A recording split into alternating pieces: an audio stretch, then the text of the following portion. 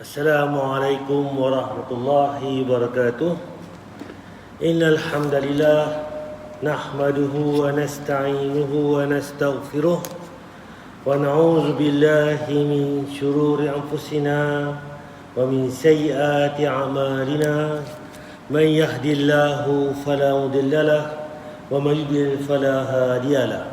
Asyhadu an la ilaha illallah wahdahu la syarika lahu wa asyhadu anna Muhammadan abduhu wa rasuluh. Amma ba'd. Yang saya hormati Tuan Imam Ustaz Khairul Amin, Berjaya Kuasa Masjid Sirajuddin Padang Pauh Perlis, tuan-tuan pemerhati Allah sekalian. Pertama sekali marilah sama-sama kita manjatkan rasa syukur kita kepada Allah Subhanahu Wa Taala kerana limpah kurnianya dengan rahmatnya diberi masa kepada kita, diberi tenaga, diberi kesihatan, diberi kesempatan pada pagi ini dapat sama-sama kita hadir untuk sama-sama kita solat subuh berjemaah dan dapat sama-sama kita sambung kuliah mingguan kita, iaitu kuliah subuh setiap hari Rabu insya-Allah. Pada hari ini tuan-tuan, kita akan sambung tajuk kita bab jenazah, iaitu kitab Ensiklopedia Larangan Nurul Al-Quran dan As-Sunnah ni. Tajuk kita hari ini berkaitan dengan larangan ulang talqin orang yang akan meninggal. Kita tuan-tuan, talqin ni yang kita sedia maklum ni, baca talqin. Talqin ni bila orang tu dah meninggal baru kita baca. Tapi sebenarnya tuan-tuan, dalil yang sahihnya kita kena ajak orang yang sakit tu, yang uzur tu, yang mana main nazak tu, untuk dia ulang betul kalimah la ilaha illallah. Tu talqin yang sebenarnya. Cuma yang kita buat lah ni selepas dah meninggal baru kita talqin di kubur sebenarnya. Itu maknanya tuan-tuan, tak berapa tepat tuan. Yang Nabi ajak kita ni talqin ni sebelum orang meninggal, bukan selepas orang tu meninggal. Cuma yang selepas kematian tu yang kita buat macam orang baca talqin tu, sebenarnya itu tazkirah, tausiah ataupun peringatan kepada siapa? Kepada orang yang hidup ni, yang mai ziarah ni, yang mai hantar ke liang lahat ni, mai ke kubur ni, kita bagi penegasan, peringatan. Itu bagi tausiah ataupun tazkirah ringkas pendek untuk kematian ataupun selepas kita simpan, kita ke bumi, kita baca sikit tazkirah. Itu tuan. Itu yang sebetulnya. Sebab apa? Benda ni mesti balik pada qala Allah qala Rasul. Apa yang Nabi ajak kita, apa yang sahabat faham kan, tiga kurun yang terbaik kan, zaman sahabat, tabi'i, tabi'ut tabi'i, yang mana rujukan yang utama. Yang mana mereka ni tiga kurun yang Allah kata, yang Nabi kata apa? Dijanjikan kurun yang terbaik. Iaitu khair zaman yang betul terbaik ni selepas sahabat dan selepasnya dan selepasnya, iaitu zaman tabi'i dan zaman tabi'ut tabi'i.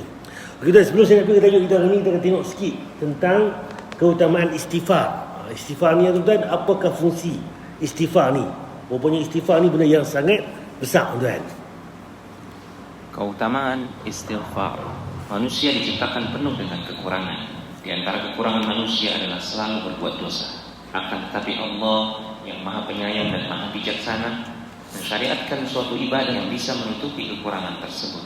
Ibadah itu adalah istighfar, atau ucapan astagfirullah, aku mohon ampun kepada Allah. Istighfar ni tuan-tuan, rupa-rupanya dia ada banyak kelebihan. Banyak dia punya membantu kita tuan-tuan, istighfar ni. Sebab apa tuan-tuan? Istighfar ni, lagi tahu ni, dia istighfar ni kita minta ampun kepada Allah. Buat dosa, buat kejahatan, kita minta ampun kepada Allah. Di antara keutamaan-keutamaan istighfar adalah, pertama, istighfar merupakan sebab mendapatkan kebaikan di dunia. Okey, selain yang pertama sekali, iaitu istighfar ni, kita minta ampun, dia penyebab pertama Allah bagi kebaikan dekat dunia ni. Lagi banyak kita istighfar tuan-tuan, sebenarnya tuan-tuan, dengan Allah ampun dosa kita, kita mengundang rezeki Allah tuan. Apakah dalil dia? Allah Subhanahu wa taala berfirman yang artinya, dan minta ampunlah kalian kepada Rabb kalian dan bertaubatlah, niscaya Allah akan melimpahkan nikmat yang baik bagi kalian sampai waktu yang telah ditentukan. Nampak? Istighfar pada Allah, kita minta ampun kepada Allah, nescaya Allah akan melimpahkan nikmat baik yang banyak atau baik bagi kita. Itu bila sampai waktu yang telah ditentukan. Dengan istighfar tuan-tuan, kita tarik rezeki kita. Murah rezeki tuan-tuan dengan istighfar. Dan dia akan membalas setiap kebaikan yang dilakukan oleh seorang hamba. Surah Hud ayat 3. Dengan istighfar ni penyebab Allah bagi kita nikmat rezeki yang banyak tuan-tuan. Satu, dengan istighfar Allah ampun dosa kita. Tapi rupanya di sebalik itu juga tuan-tuan, kita menambah rezeki kita. Istighfar tuan-tuan. Kedua, istighfar adalah sebab turunnya hujan pembawa berkah. Yang kedua pula, pokoklah kita ni main musim timur, main lama tak hujan, kita perbanyakkan istighfar tuan. Dengan istighfar tuan, penyebab Allah turunkan hujan. Hujan berkah bagi kita. Sebab hujan ni pembawa rahmat, rezeki bagi kita tuan. Dengan hujanlah mengalirnya air laut, air sungai sebenarnya, pohon-pohon apa sebagainya, nak buat bendang, nak buat pokok, nak buat apa tu sawah sebenarnya, kebun ke apa, gunakan air tuan. Dengan air tuan, subur kita punya tanaman, kita pun boleh hidup, minum sebagainya dengan istighfar. Bawa berkah. Allah Subhanahu wa taala berfirman yang artinya, dan dia berkata, hai kaumku, mohonlah ampun kepada Tuhanmu, lalu bertaubatlah kepadanya, niscaya dia akan menurunkan hujan yang deras untukmu. Surah Hud juga ayat 52. Dengan istighfar tuan-tuan, Allah bagi rezeki jadi, bagi rezeki bagi kita. Kemudian hujan yang lebat kan, hujan yang mana Allah turunkan rahmat kepada tuan-tuan. Ketiga, istighfar adalah sebab terkabulnya doa. Dengan istighfar tuan-tuan, yang ketiga ni penyebab kabulnya doa. Sebelum kita tuan perasan tuan, sebelum kita nak berdoa ni, istighfar banyak-banyak dulu, kembali kepada Allah. Lepas semayang tadi pun astagfirullah, astagfirullah, astagfirullah. Kemudian kita wirid sebagainya kan. Kalau kita perasan balik, kita keluar pada bilik ayak tuan. Kalau keluar bilik ayak ni kan, kalau ikut tu, lepas keluar bilik ayak, doa dia apa? Alhamdulillah. Tapi Allah apa, Nabi ajar kita apa? Ghufranak, ya Allah ampunilah aku. Kalau ikut tu, dah keluar bilik ayak, mesti kita rasa apa tu, rasa tadi dia sakit perut, tak sanggup bermulat, keluar apa bilik ayak, lapang, lega, alhamdulillah. Tapi tak, Nabi ajar apa? Ghufranak, iaitu kita minta ampun kepada Allah tuan. Nampak tuan? Jadi istighfar ni penting tuan. Sebab istighfar ni penyebab Allah kabulkan doa kita. Jadi apakah dalilnya tentang istighfar ni? Dalam Al-Quran Allah berfirman yang artinya, Saleh berkata, hai kaumku, sembahlah Allah saja. Sekali-kali tidak ada bagimu Tuhan selain Dia. Dia telah menciptakan kamu dari tanah dan menjadikan kamu pemakmurnya. Karena itu, mohonlah ampunannya, kemudian bertaubatlah kepadanya. Sesungguhnya Tuhanku amat dekat rahmatnya dan maha mengabulkan doa-doa hambanya. Surah Hud juga ayat 61, iaitu dengan istighfar tuan. Allah kabulkan doa kita tuan. Allah ampunkan kita, Allah kabulkan doa kita. Jadi kita kena kembali kepada Allah. Sebab apa kita buat dosa, kita ralik, kita alpa. Jadi kita dengan istighfar, perbanyakkan istighfar. Keempat, istighfar adalah sebab melimpahnya rezeki bagi seorang hamba. Allah Subhanahu wa taala berfirman yang artinya, maka aku katakan kepada mereka, mohonlah ampun kepada Tuhanmu, sesungguhnya Dia adalah Maha Pengampun. Niscaya Dia akan mengirimkan hujan kepadamu dengan lebat dan memperbanyak harta dan anak-anakmu, dan mengadakan untukmu kebun-kebun, dan mengadakan pula di dalamnya untukmu sungai-sungai. Jadi istighfar tuan penyebab hujan turun lebat tadi. Kemudian tuan menyebabkan kita apa? Kalau kita mungkin anak tak ada sebelum ni, yang apa tak pernah kahwin lama dah, 5 tahun 10 tahun tak ada anak, istighfar tuan. Dengan istighfar ni Allah bagi anak tuan. Ataupun Allah perbanyakkan anak-anak kita. Kemudian kebun-kebun kita, kemudian harta-harta kita Allah bagi rezeki lagi, tambah tuan dengan istighfar. Jadi tuan, istighfar ni benda yang sangat besar. Perbanyakkan istighfar. Saya pernah tuan istighfar tuan, dia mengajar kat masjid, orang kampung astagfirullah, ajak-ajak, kita sendiri pun buat tak buat, kadang buat, kadang tak.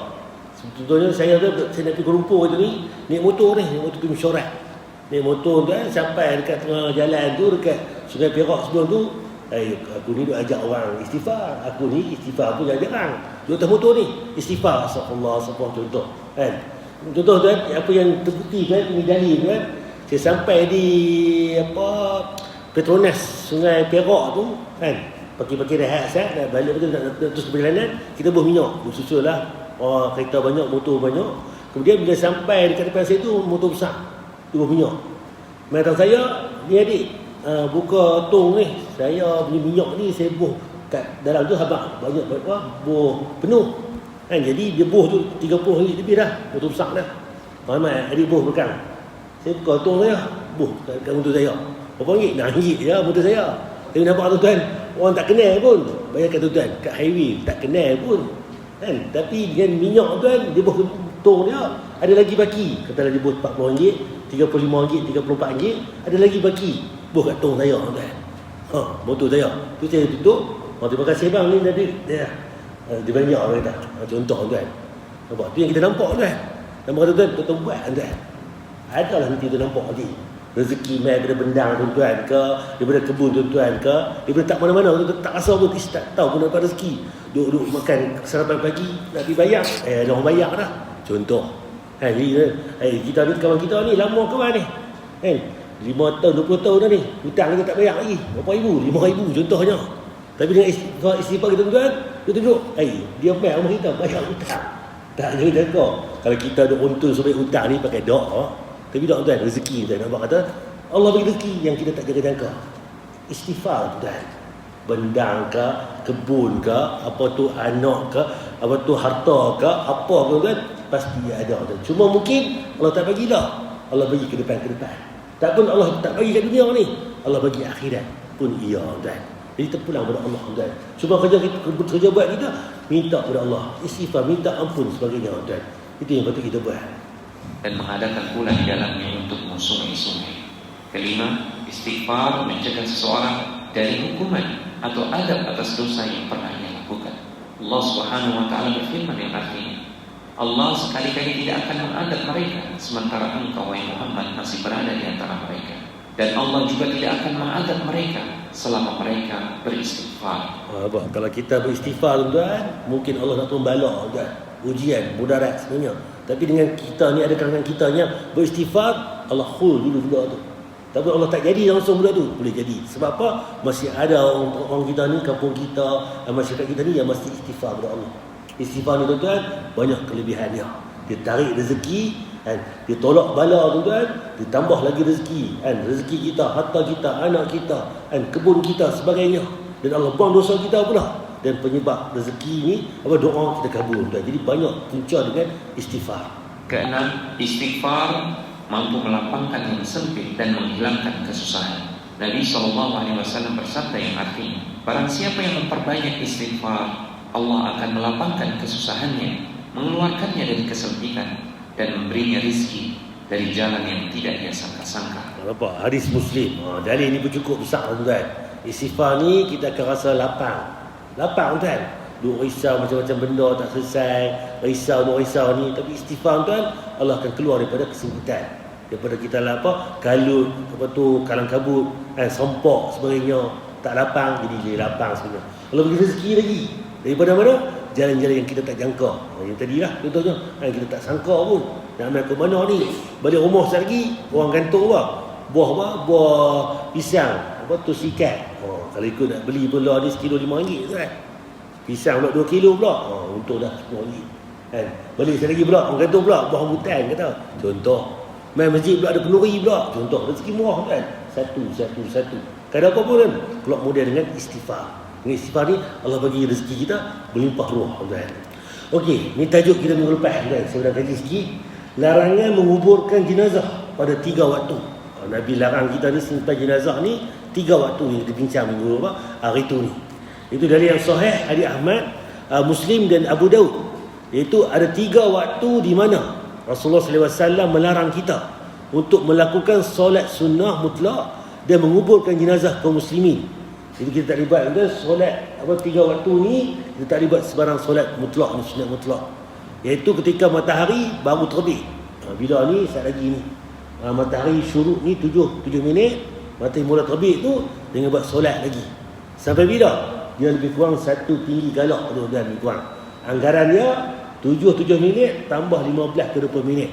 Anggaran dia lebih kurang 1 galak. Kemudian dan yang kedua pula ketika matahari berada tepat di atas kepala kita. Tembus benda ni, matahari duduk atas betul-betul membang kepala kita ni. Itu panas tu. Kiri dak, kanan dak, menyatuh mentenaik benda, timur barat benda. Sebab apa? Matahari betul-betul di atas kepala. Itu timenya tak boleh buat sebarang solat. Dan itulah waktu akhir duha. Solat duha last bila? Ketika matahari merembang ataupun panas tuan di atas kepala kita. Kalau masuk sebelah barat, dah masuk waktu zuhur. Jadi kita boleh buat solat zuhur. Dan ketiga pula waktu bila? Matahari hampir terbenam sampai tenggelam. Bila ni? Waktu asar hujung tu nak pergi ke maghrib. 15 minit ke 20 minit sebelum waktu maghrib. Lah maghrib 6.59. Tak ada sampai pukul 7 tuan. Maghrib dah 6.59. Jadi cerita dia 6.40, 6.45, 6.50 tu itu waktu kecemasan, tak ada sebarang solat mutlak. Nak buat solat hajat, solat sunat apa lain, tak boleh buat itu. Kecuali solat tahiyatul masjid boleh. Kita main masjid awal nanti maghrib nanti kita main pukul 6.40, 6.45. Pakai motor kereta luar tu kita masuk sembahyang 2 rakaat tahiyatul masjid. Itu ada. Nak buat solat lain, solat apa-apa wuduk ke solat apakah, tak boleh. Sebab apa? Dilarang buat solat yang lain. Kecuali solat tahiyatul masjid itu boleh. 3 waktu ni tak boleh simpan jenazah dan tak boleh kita buat sebarang solat sunat yang lain. Jadi cerita dia sebab apa?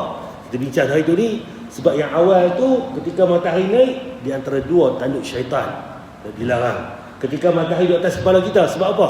Sebab time tu mata neraka jahanam tengah panas, tengah menggelegak. Tengah apa? Tengah apa panggil mendidih tuan.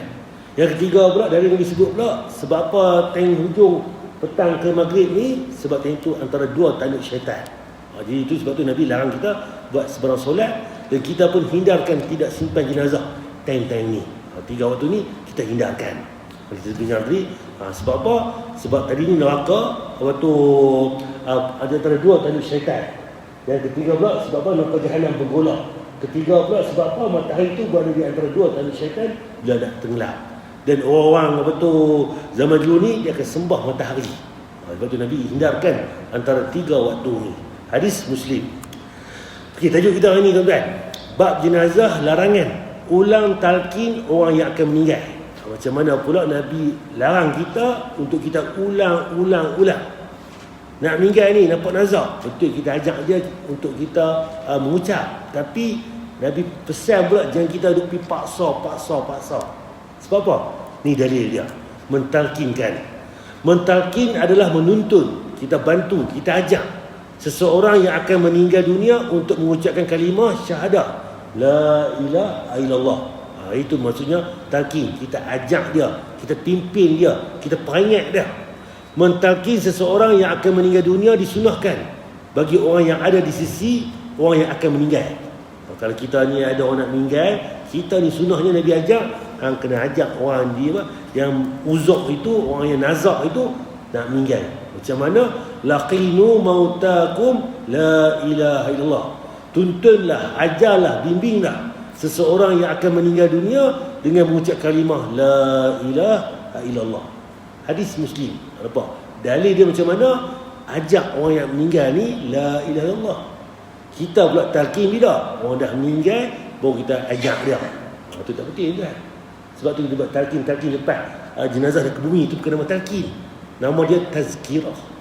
Nak peringat balik orang yang ada ni, kalau kita dah meninggal, kita pun sama macam dia, nak pergi ke Allah juga, nak meninggal juga nanti, nak kembali kepada Allah. Itu yang sahihnya. Cuma yang kita ni, kita ada beza Allah ni, talqin ni sebelum kematian. Ajak dia, itu yang betul. Hadis Muslim. Okay, man kana akhirul kalamuhu la ilaha illallah dakhal jannah. Barang siapa yang ucapan akhirnya la ilaha illallah, maka akan masuk syurga. Sebab tu kita berpulun ajak orang mengucap ni. Sebab kalau akhir kalimah dia tu la ilaha illallah, dakhalal jannah, masuk syurga kan. La ilaha illallah ajak. Kan? Lepas tu pak cik baca Allah ikut saya la ilaha illallah, kan, ulang. Kemudian ajak lagi contoh. Hadis Abu Daud. Cuma kita tengok lagi apakah faedah mentalkin orang yang akan meninggal dunia ni. Imam Al-Qutubi berkata, para ulama kami mengatakan bahawasanya mentalkin orang yang akan meninggal dunia adalah merupakan sunnah dari para pendahulu umat ini yang kemudian diamalkan oleh kaum muslimin sehingga saat ini. Tujuan dia apa tuan-tuan? Agar ucapan akhir yang keluar daripada orang yang akan meninggal itu la ilaha illallah, sehingga dia menjadi orang yang berbahagia kerana termasuk dalam golongan orang yang dikatakan oleh Rasulullah SAW, man kana akhirul kalamuhu la ilaha illallah dakhala jannah. Orang siapa yang di ucapan akhirnya adalah kalimah la ilaha illallah, maka akan masuk syurga. Hadis Abu Daud. Itu sebab tu kita ajak dia mengucap tadi la ilaha illallah. Sebab apa? Akhir saja perkataan la ilaha illallah dakhala jannah.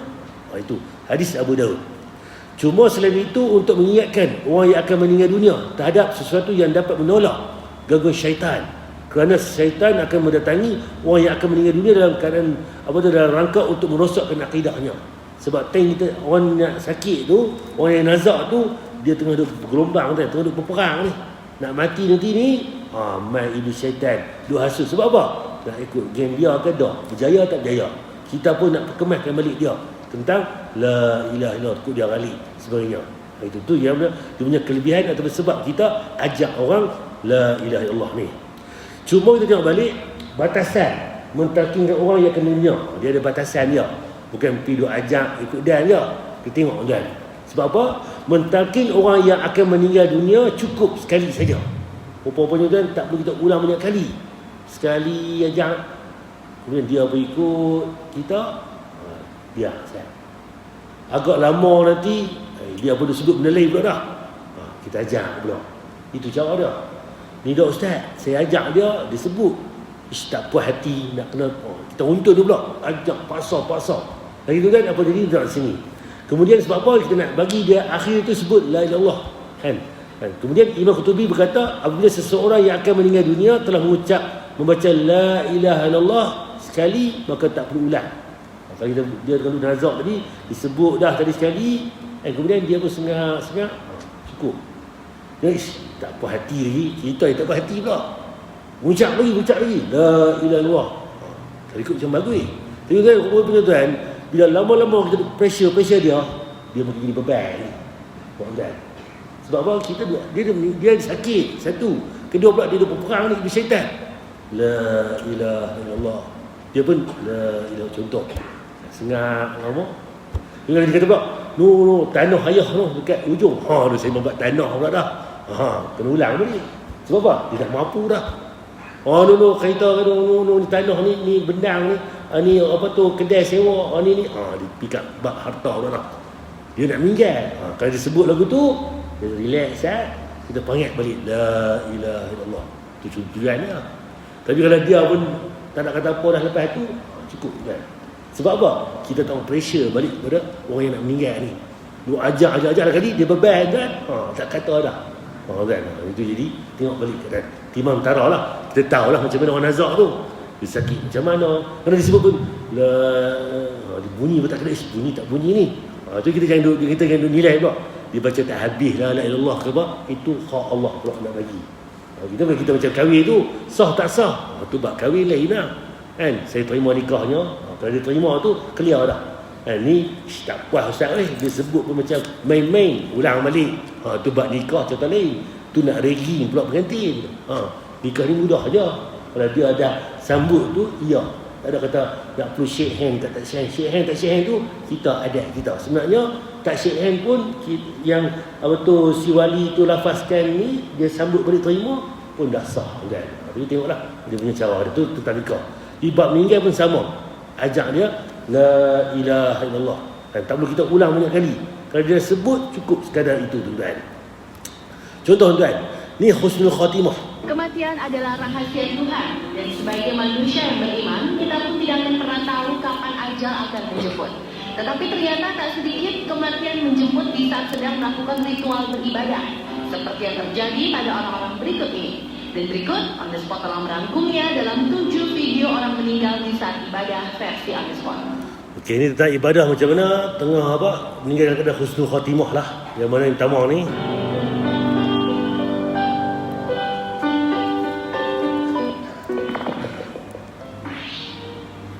ni tuan, seorang ni tengah duduk semayang tuan di satu masjid, satu surau sebenarnya kan. Apa yang berlaku? Semayang sunat sebenarnya. Orang alam lah solat duha ke atau sunat apa, dua tu pagi je kan. Kemudian dia semayang elok kan. Dalam rekaman CCTV terlihat seorang pria berbadan agak gemuk tengah khusyuk melakukan sholat.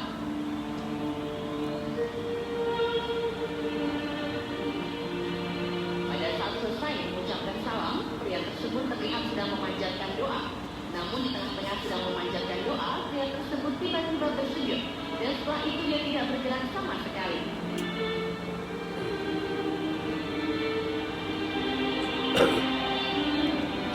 Ni meninggal dekat keadaan lepas sembahyang. Pada awalnya, Dia sujud dia dah. Orang tu tengok kan dia di sembahyang sunat puan lama sangat.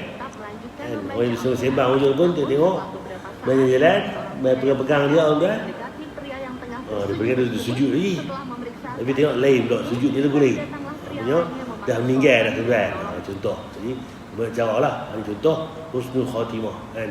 Sebab apa? Dalam keadaan yang baik meninggal kan. Solat semuanya. Saya cepat tuan. Okey, Ibnu Mubarak berkata, talqinlah orang yang akan meninggal dunia dengan kalimah la ilaha illallah. Dan jika telah mengucapkannya, maka jangan ulanginya lagi.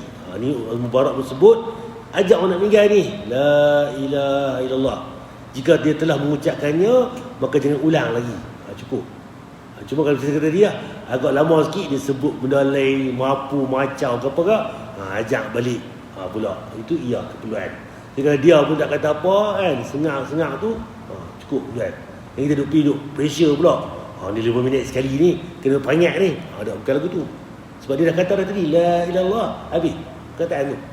Cuma kalau dia disebut perkataan lain pula ke apa ke, itu ada keperluan kita ulang lagi aja. Kita ulang lagi. Itu. Mengapa tidak disyariatkan mengulangi talqin tadi? Sebab apa tak boleh kita ulang talqin ni kerak sangat?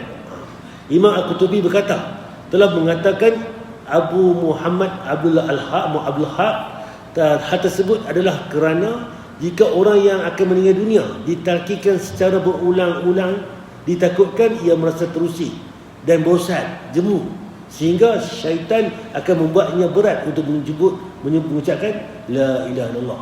Itu sebab dia. Jadi kan, kalau ikut logiknya, baguslah dia ulang-ulang, betul. Tapi dia pula tuan memberatkan dia. Sebab apa? Bila main pressure nak meninggal tuan, sebagainya, tekanan, dan iblis syaitan pun memberatkan dia pula. Jangan sebutlah, sebut dah tadi, sebut benda lain pula. Contoh, kita tak tahu tuan, sebab kita tak meninggal lagi. Tapi hampa kata, ancaman tu ada. Sebab apa? Tengok kita nak meninggal tuan, iblis syaitan bertumpang sama nak kacau kita. Sebab apa? Dia pun nak bawa kita ke arah dia, jalan dia.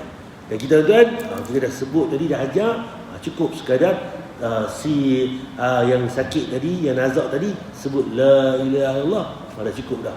Tapi kita pergi ulang-ulang nak pressure dia, jangan. Jadi itu. Al-Hasan bin Isa menyatakan, Ibnu Al-Mubarak telah mengatakan kepadaku, talqinlah dengan kalimah syahadah dan janganlah kamu mengulanginya kecuali jika ia mengucapkan kalimah yang lain. Tadi ni kalau disebut benda lain, dia merepek, dia mengikau ke apa-apa, yang tu kita perbetul balik, kita panggil balik. Itu ia. Tujuan talqin adalah agar seseorang meninggal dunia sedangkan di hatinya tidaklah ada kecuali Allah. Itu la ilaha illallah.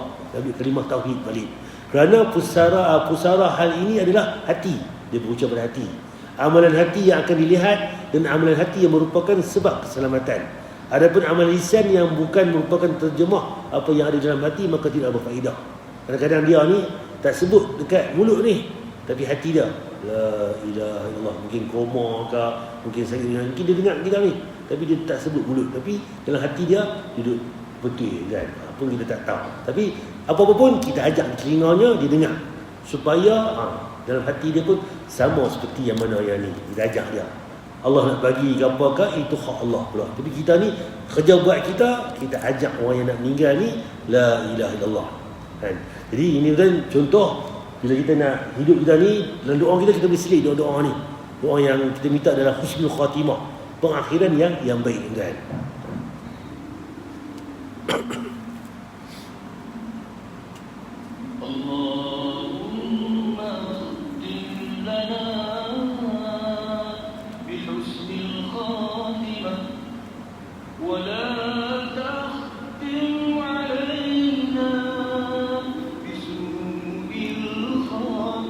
Doa dia apa? Ya Allah, bagilah aku mati dalam keadaan husnul khatimah, pengakhiran yang baik.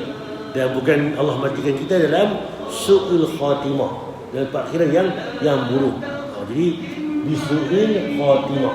Itu orang kita banyak dibaca kan. Doa harian kita ni tengah baca doa-doa lain tu, baca sambung. Bahasa Melayu pun tak apa kan. Ya Allah Tuhan, aku bagilah aku sekian minta kan. mudahnya sakaratul maut sebagainya. Jadi semua ni doa-doa yang boleh kita baca kan. Perbanyakkan doa. Dan apa saja doa kan, kita tanya kan, kita boleh panjangkan doa. Allah Maha mendengar lagi Maha mengetahui kan.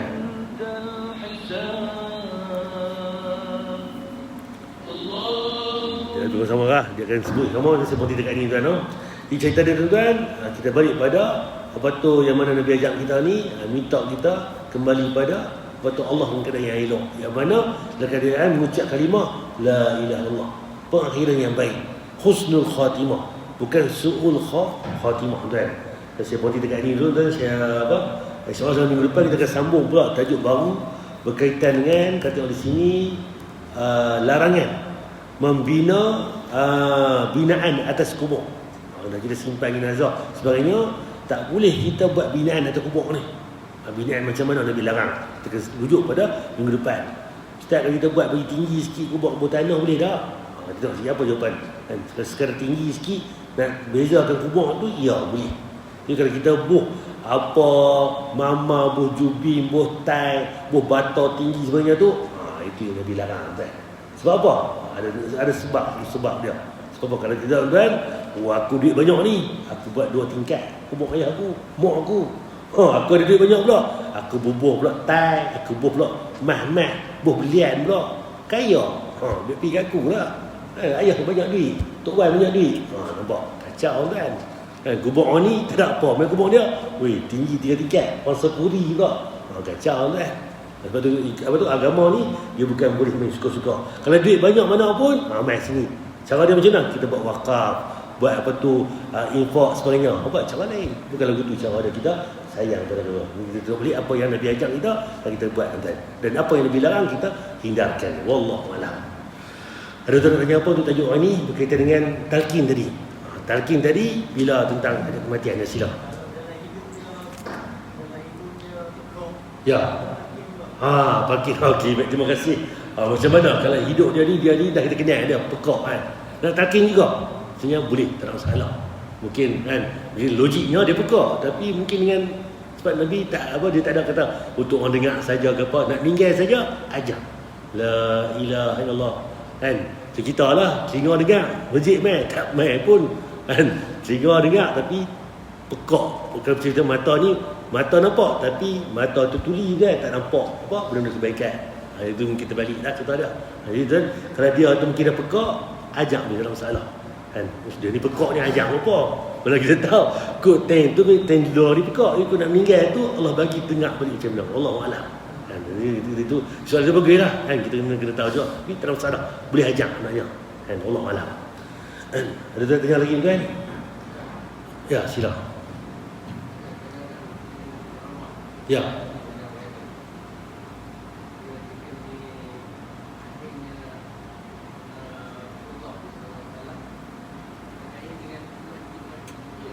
Okey, terima kasih. Soalan.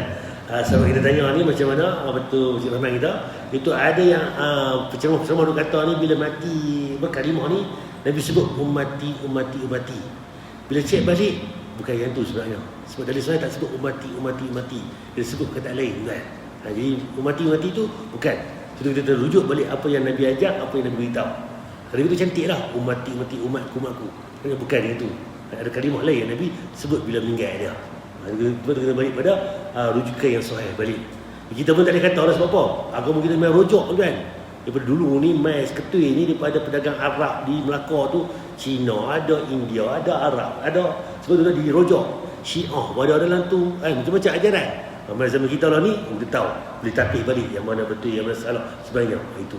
Cuma kita nak kata orang pun tak juga sebab apa? Kita sendiri pun ikut juga dulu pun. Ikut orang buat, kita buat. Rupanya benda-benda yang tak clear sebenarnya. Lepas tu kita belajar tuan. Kita saring balik. Nak saring macam mana, nak beza macam mana, balik pada penapih akuan dengan sunnah. Itu yang berbeza kita. Cuma ada orang yang buat tu, dia pergi pangkah dia, dia pergi hina, dia pergi marah dia. Cakap dengan elok. Sebab apa? Dia pun tak tahu. Mereka kalau dia tahu, dia saja buat tak tahu, itu kembali kepada Allah balik nilai. Cuma banyak orang masyarakat kita lah ni tak tahu. Dia buat lama dah. Kita abang elok, peringat balik, bukan lagu tu cerita dia. Ibadah ni mesti daripada dalil yang sahih. Allah ajak macam mana, Nabi beritahu macam mana. Itu. Kalau tak ada, kita letak tengah-tengah, jangan buat. Kalau ada contoh Nabi dan Allah beritahu, kita buat dengan amal. Tak ada masalah. Itu cerita ada. Dan Allah Alam beritahu dengan hikmah lah. Nak buat orang apa, nak faham ni pun sebab Nabi sendiri pun buat saudara dia. Disayang ni. Sayang Nabi, tapi akhirnya mati bukan la ilaha illallah. Abu Talib tuan meninggal tak mengucap pun la ilaha illallah. Sebab apa tuan? Itu ujian juga. Dia mungkin nak mengucap tuan, tapi ni Abu Jahal ada, Abu Lahab ada, takkan nak sebut la ilaha illallah kot. Tok nenek moyang kita lama dah nak ajak aku ni. Nampak? Dia ada banyak cabaran bagi dia. Dia tahu Nabi sebenarnya, tapi dia tak boleh sebut la ilaha illallah. Itu pun hidayah Allah tuan. Hidayah milik Allah. Kita boleh beritahu, tapi hidayah ni Allah yang punya. Dan Allah Alam. Kita tak tanya lagi kan? Ya, dia baik.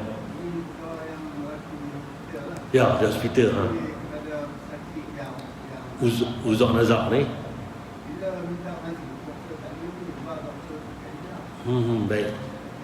Macam mana pula keadaan dia? Okey.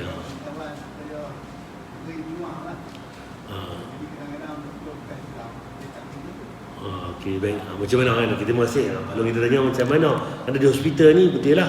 Kerana tu doktor ni ada doktor yang Islam. Tapi cuma selalunya keadaannya bila orang tu dah nak sampai hayat pun dia macam nazak, kiraan pun dia tak tahu nak kuat dah. Dia bagi sebenarnya. Cuma mungkin yang kalau mungkin tak bagi tu mungkin awal. Nurse pun dia akan tahu, dia akan bagi nanti sebenarnya. Cuma mungkin apa? Kurang betul. Tapi itulah kita perangatlah sama bakat. Oh dia panggil. Itu yang berlaku kan. Itu pun sama sebenarnya. Kita kena berada di samping lah. Kalau tuan perasan pun law ni kalau tuan sakit, ada orang sakit dia balik tuan-tuan, nak teman dia kena seorang jaga. Daripada awal hari pertama sampai hari last. Sebab dia tak mau bagi ada kontak. Kalau COVID-19 lah, seorang jaga. Kalau dulu ni anak sulung, kakak jaga siang, malu jaga malam. Adik pula jaga pagi. Pula tak boleh. Kena seorang. Kalau dia jaga so, daripada awal, adik lah sampai ke habis. Dia keluar pula mak dia contoh lah. Itu.